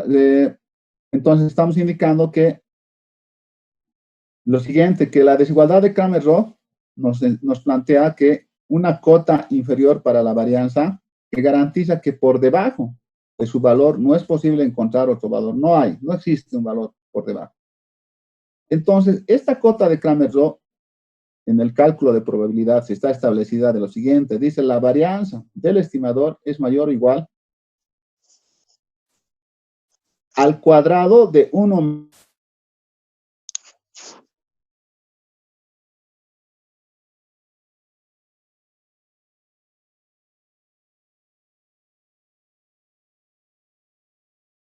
la primera derivada de la función derivada parcial, dice, asumiendo que existan muchas variables, del logaritmo neperiano de f por x teta dividido entre teta parámetro, ¿no? Entonces aquí es la función de la variable y el parámetro dividido entre el parámetro, ¿no? Todo al cuadrado. Ahora bien, cuando se hace una interpretación de esta desigualdad de Chebyshev, y esto han debido demostrar en probabilidades, este valor significaría el sesgo. El numerador significaría el sesgo. Pues no, en realidad, toda la situación, solamente este valor. Entonces, esto está mal. Yo tendría que anotar que este es el sesgo. Voy a borrar esto que estoy indicando. La expresión esta, la primera derivada de la función, eso me da un sesgo, entonces. Entonces, esto va a ser el sesgo. Si es insesgada, este valor va a ser 0, ¿sí? Por lo tanto, si es 0, solamente el numerador va a tener 1 en el numerador. Y eso se establece de esta forma. Entonces, si el estimador es insesgado, entonces, esta es la expresión de la cota de Kramer-Ro, ¿sí? Vuelvo a indicar, la cota de Kramer-Ro no se aplica a la media, solo se aplica a la varianza. De cualquier variable, nosotros estamos direccionando al estimador, ¿sí? Entonces, esto es para X de manera abierta. Entonces, esto nos va a dar, por eso nos puede dar también sesgado. Pero ya específicamente para lo que buscamos, porque nos dice que esto hay que ligar con la propiedad de eficiencia, estamos planteando entonces que para que se dé esa eficiencia, el numerador va a ser 1 y el denominador va a ser n veces la esperanza de la derivada del logaritmo neperiano de la función dividido entre el parámetro, ¿no? Todo al cuadrado. Ahora bien, aquí hay que tener cuidado, entonces, siempre se empieza primero practicando la función, aplicando el logaritmo, después la derivada, elevando al cuadrado y recién sacando la esperanza. Es decir, se va de adentro hacia afuera, de adentro hacia afuera. Entonces, esta es la desigualdad de Kramer-Ro. Ahora vamos a ir a calcular para nuestro ejemplo, entonces, ¿no? Entonces, para nuestro ejemplo, vamos a indicar aquí que queremos determinar la cota de Kramer-Ro, aunque ya lo hemos puesto el título. Nuestro ejemplo, entonces, nos planteaba que la función era la función f de x lambda. Nosotros habíamos asumido que era la lambda a la, perdón, e a la menos lambda. Tengo que es e a la menos lambda. E a la menos lambda por lambda elevado a la x, todo dividido entre x factorial. Por favor, lo que yo voy a hacer es lo más aconsejable paso por paso. No se vayan directamente, pues si van a querer aplicar directamente les va a salir cualquier cosa. Y segundo, no hay que confundirse con máxima verosimilitud. No entra aquí la máxima verosimilitud. Este es el coeficiente de la cota de Kramer-Ro que quiere establecer la varianza mínima, ¿no? Entonces, de aquí, asumiendo esto, voy a encontrar la cota de Kramer-Ro, pero no voy a aplicar directamente la fórmula, entonces voy a ir por pasos. Esta es mi función. Entonces, si a esta función le aplico el logaritmo neperiano, entonces a la función f de x lambda, ¿qué me va a dar como resultado? Me va a dar menos lambda, me va a dar más x logaritmo neperiano de lambda menos el logaritmo neperiano, esto lo voy a poner así, de x factorial. Así lo voy a poner. ¿Sí? Eso significaría sacar el logaritmo neperiano. A este logaritmo neperiano le voy a aplicar la derivada, pero ojo, aquí le voy a aplicar la derivada total porque no hay más variables, solamente depende de x. ¿Sí? En cambio, si dependiera de varias variables, perdón, solo depende de lambda. Si dependiera de varios parámetros, tendría que colocar derivadas parciales. La fórmula está dada de manera general, por eso es que toma en cuenta eso. Entonces, yo voy a hacer la derivada del logaritmo neperiano de la función de f de x lambda respecto a la derivada de lambda. Así voy a hacer. Entonces, derivando respecto a lambda, esto me va a dar menos 1, esto me da más x sobre lambda, y esto es 0. Esto me da entonces de esta forma. Ahora bien, de repente aquí valdría la pena anotar esto como menos lambda más x sobre lambda. La siguiente expresión es elevar al cuadrado, o sea, yo lo que voy a hacer es, he encontrado la derivada del logaritmo neperiano de la función de x lambda. Eso lo he derivado respecto a lambda, que es parámetro, y eso lo tengo que elevar al cuadrado. Entonces, eso significa que aquí lo que tengo que hacer es menos lambda más x dividido entre lambda, todo al cuadrado. De aquí lo que yo podría hacer es sacar 1 sobre lambda cuadrado. Y me va a quedar aquí menos lambda más x al cuadrado. Ahora bien, lo que me dice la fórmula es que desde aquí ahora voy a hacer es sacar la esperanza de la derivada del logaritmo neperiano de la función f de x lambda, derivada respecto a lambda, y eso elevado al cuadrado. Entonces tengo que sacar la esperanza de esto. La esperanza no tiene nada que ver con la constante, entonces esto sale como lambda cuadrado, y aquí me va a quedar entonces la esperanza. Y aquí voy a hacer algo. Como esto es cuadrado, lo que esté aquí no cambia, por más que lo permute, porque esto es cuadrado, siempre va a ser positivo. Entonces puedo permutar ahí y puedo poner x menos lambda al cuadrado. Entonces, esto es la varianza poblacional, porque la media es la media poblacional. Entonces, esto automáticamente me va a dar lambda. Y lo voy a tener es 1 sobre lambda cuadrado. La fórmula dice que la varianza del estimador, en este caso, la varianza de lambda sombrero, según la cota de Cramer-Rowe,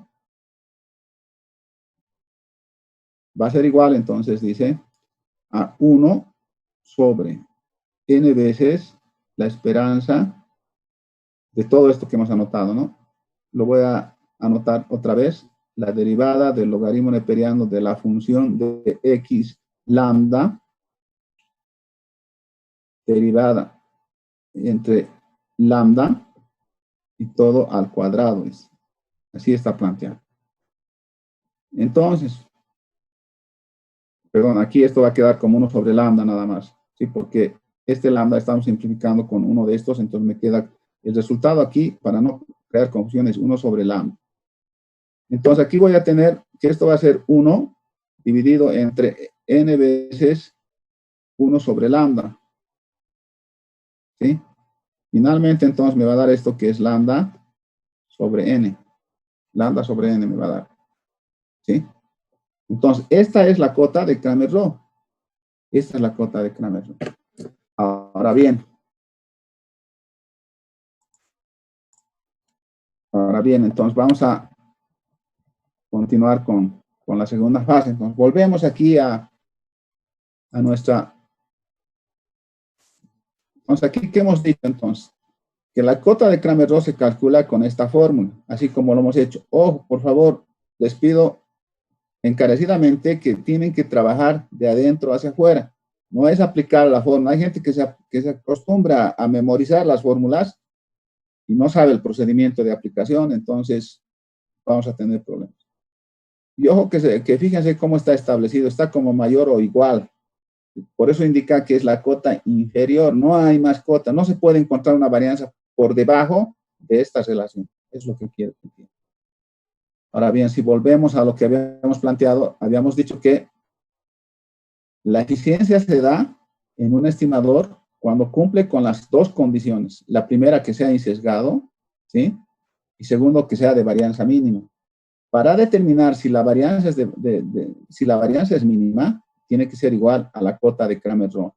En otras palabras, la varianza del estimador tiene que ser igual a la varianza de la cota de Kramer-Rho. Entonces, volviendo a nuestro ejemplo, que hemos visto con la función de Poisson, entonces aquí tenemos dos cosas, ¿verdad? Hemos dicho que lambda sombrero es igual entonces a media muestral. Entonces, la varianza de lambda sombrero va a ser igual a la varianza de la media muestral para la Poisson. Esto sería que estamos encontrando que es el sigma de la media muestral. Esto hemos dicho que es la varianza poblacional dividido entre n. La varianza poblacional en la distribución de Poisson es lambda. Entonces sería lambda sobre n. Entonces, podemos encontrar que lambda sombrero es igual a lambda sobre n. Por otro lado, la varianza de lambda sombrero según la cota de Kramer-Rho también es lambda sobre n. Entonces, estamos cumpliendo con que son de varianza mínima, ¿no? Eso lo hemos visto aquí arriba. Aquí estamos encontrando que la varianza de la cota del estimador de cota de Kramer-Rho es lambda sobre n. La varianza del estimador lambda sombrero es lambda sobre n. Por lo tanto, las dos varianzas son iguales. Entonces, podemos garantizar que la varianza del estimador es mínima, ¿no? Como ya habíamos demostrado que es insesgado, entonces puedo concluir que la varianza, que el estimador lambda sombrero es eficiente, ¿no? Es eficiente. Lo que más busco es que sea eficiente. Por lo tanto, entonces, estamos en lo siguiente. El estimador de máxima verosimilitud proporciona estimadores insesgados, consistentes, suficientes y eficientes. Entonces, hay estas cuatro categorías de propiedades de los estimadores. En realidad son 8 propiedades, pero son estas 4 las más importantes. Hay otras propiedades que son redundantes. Por ejemplo, hay una propiedad de invarianza del estimador, ¿sí? Pero que no tiene mucho sentido, no tiene mucha aplicación práctica. Entonces, por eso estamos llevando las únicas 4 que sí se aplican en todos los procesos, especialmente en la econometría, ¿no? Por lo tanto, entonces, vamos a indicar que los atributos de un estimador, de un buen estimador, es que sea insesgado, consistente, suficiente y sea eficiente. Esos son los 4 atributos, entonces, de un buen estimador. Esas son las 4, ¿cómo se podría decir? Las 4 características de un buen estimador. Un buen estimador tiene que ser insesgado, consistente, suficiente y eficiente. Bueno, en esa línea, entonces, estamos bien. Ahora bien, también hay que quedar claro que no son las únicas 4, si estamos indicando que hay otras posibilidades. Por ejemplo, cuando veamos econometría, otro atributo del estimador es que sea lineal, por ejemplo. En este caso no estamos en econometría, por eso ese atributo de la linealidad no la estamos considerando, solamente estamos considerando que sean estas 4 dentro de la inferencia estadística. Entonces, estos 4 no nos podemos olvidar y son los que más se trabajan dentro del análisis teórico. La última parte, entonces, de este capítulo, el último, nos va a indicar, entonces, la desigualdad, nos va a indicar, entonces, la eficiencia relativa, ¿no? Entonces, si tenemos dos estimadores, θ1 y θ2, por ejemplo, en el caso de la media muestral sería una la media muestral, la otra sería la mediana muestral, por ejemplo, ¿no? De un parámetro teta, los dos son estimadores de posición, por lo tanto, los dos pueden ser estimadores de un parámetro media, ¿sí? Son insesgados, si son insesgados y tienen como varianzas teta 1 y teta 2, entonces la eficiencia relativa se mide como la razón siguiente. Epsilon va a ser igual entonces a la relación, ojo aquí, la varianza del estimador 2 respecto a la varianza del estimador 1, ¿sí? Esa es la eficiencia relativa. Estoy comparando el 2, que sería la mediana, respecto al 1, que sería la media, ¿sí? En varianzas, ¿sí? En varianzas. Ahora bien, tenemos aquí entonces, tenemos aquí que establecer cuáles serían entonces las relaciones de estas dos varianzas. Si el epsilon es mayor a 1, entonces sucede que el estimador 1 es más eficiente.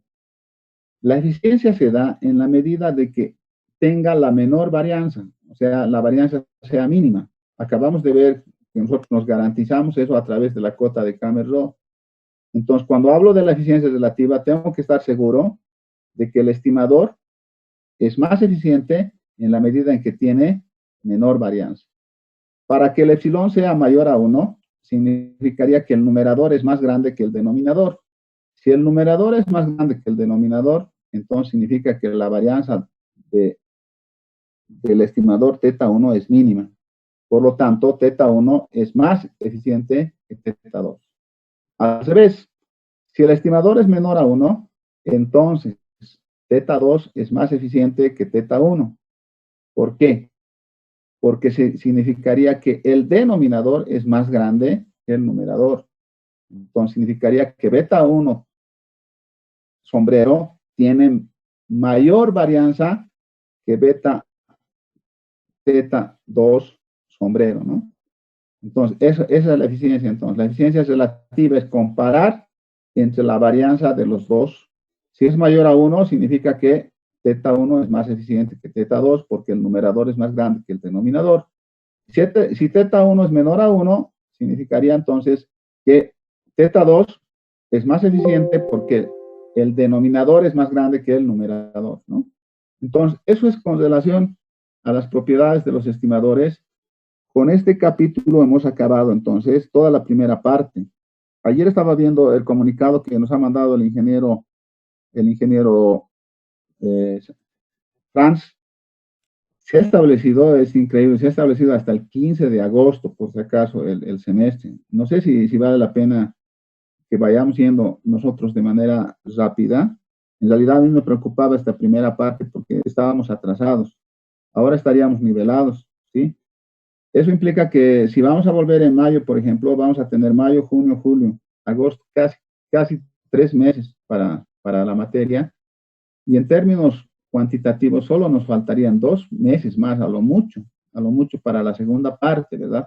Pero tenemos que cumplir con lo que está establecido, que es que tenemos que volver a repasar en aula. Entonces, aprovechen esta oportunidad. Es como van a estar llevando la materia 2 veces, ¿no? Y para la misma nota, entonces eso les conviene. Este es el semestre en el que más deberían aprovechar, sacar mejores notas para mejorar su promedio de notas en la carrera. Entonces, yo lo que les voy a pedir es que yo voy a tomar un examen virtual, pero este examen no va a ser la nota total, va a ser una nota que va a estar referenciada a la nota oficial en algún porcentaje, ¿sí? En algún porcentaje. Por lo tanto, nosotros lo que vamos a hacer aquí es el día jueves, que nos vamos a ver, que prácticamente es en una semana. No sabemos si la cuarentena va a continuar, si supuestamente se va a suspender de manera parcial, es decir, solamente van a ser en las mañanas. Por lo tanto, el día martes estaríamos en clases, ¿no? El día martes nos veríamos a las 7 de la mañana, estaríamos en clases y podríamos ahí empezar la segunda parte, ¿sí? Esta primera parte la vamos a acabar el jueves, entonces, el jueves que sería 30 de abril. El jueves lo que tendríamos que hacer es el examen parcial del anterior semestre para cesar la primera parte, ¿sí? Por lo tanto, yo hasta el día martes les voy a hacer llegar el enunciado del anterior semestre. Hemos hecho algunos ejemplos ya, por lo tanto, nos faltarían hacer 3 ejercicios. ¿sí? Que yo los voy a resolver con los enunciados que ustedes van a tenerlo a la mano. Entonces, solamente va a ser un análisis final, numérico, en función al primer parcial. Voy a ver si vale la pena el primer parcial o vale el primer parcial del anterior, del primer semestre del año pasado. Eso déjenme ver, voy a ver cuál es el que nos conviene más para esta parte. De todas formas, yo lo que les exhorto es de que el día martes, cuando lo reciban, empiecen a resolverlo ustedes, porque a mí me interesa que ustedes planteen cuáles son las dudas, cuáles son los problemas que tienen. Una vez que tengan eso, lo que va a pasar es de que, como dije, vamos a volver a clase supuestamente el próximo martes, tal vez el viernes no, pero sí el martes, todas las mañanas vamos a tener las clases. Vamos a volver a repasar para los compañeros que no han tenido acceso al Internet o que no han estado atentos, ¿no? De todas formas, todo lo que hemos trabajado para mí vale nota. Evidentemente no será el 100% de la nota, pero sí vale nota, o sea, su participación, hemos anotado las asistencias, no puede ser un trabajo en vano. Entonces eso tiene que tener una calificación. No voy a yo indicar si es más o menos después, eso yo lo voy a tratar con el ingeniero Franz. Tengo todos los reportes, tengo las grabaciones de las clases, por lo tanto yo le he dedicado mi tiempo, inclusive mucho más de que lo dedico habitualmente en clases, ¿no? Y eso lo he hecho porque no tienen ayudantía y eso es evidente, que no van a tener ayudantía, eso lo vamos a tener que discutir en clase.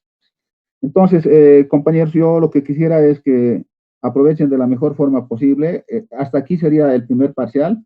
No sabemos si lo vamos a dar volviendo o en un mes después de volver, eso lo definirá la carrera. De todas formas, nosotros no nos hemos atrasado, estamos aquí bien. Ahora, ¿cuál sería el otro escenario de continuar la cuarentena como se está viendo que podría ser hasta el 15 de mayo más o menos? Entonces, lo que vamos a hacer es, nos vamos a el jueves ver, tal vez el sábado no pasemos clases, pero sí vamos a volver la próxima semana igual en el mismo esquema, por una sencilla razón. Yo les he propuesto pasar el martes en la tarde y no quieren, entonces no se puede obligar. Yo no puedo el martes en la mañana porque tengo asistencia por emergencia en mi trabajo, entonces no puedo ir yo no puedo dar clases como lo estaba haciendo en las mañanas. Entonces eso que quede claro y vamos a tener que seguir en este esquema del día sábado.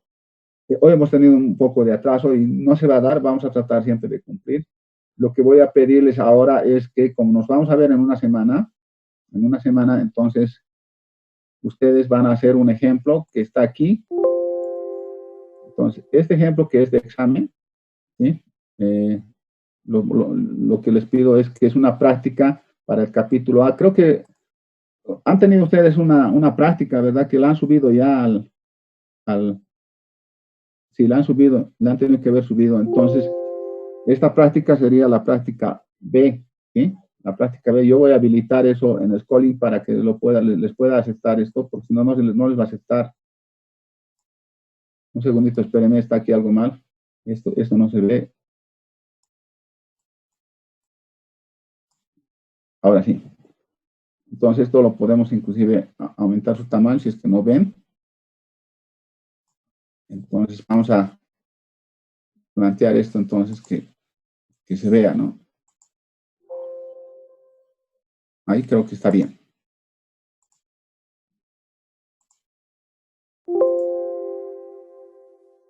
Esto lo vamos a colocar aquí, déjenme ver un ratito.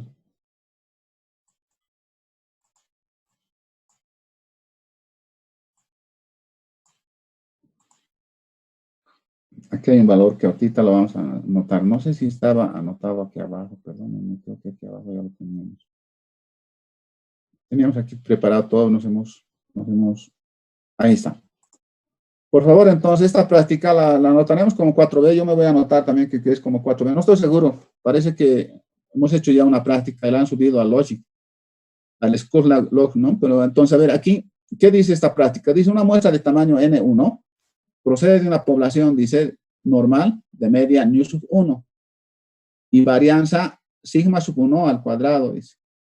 Si se toma una segunda muestra N2 de una población normal de media nu sub 2 y una varianza sigma sub 2, ¿sí?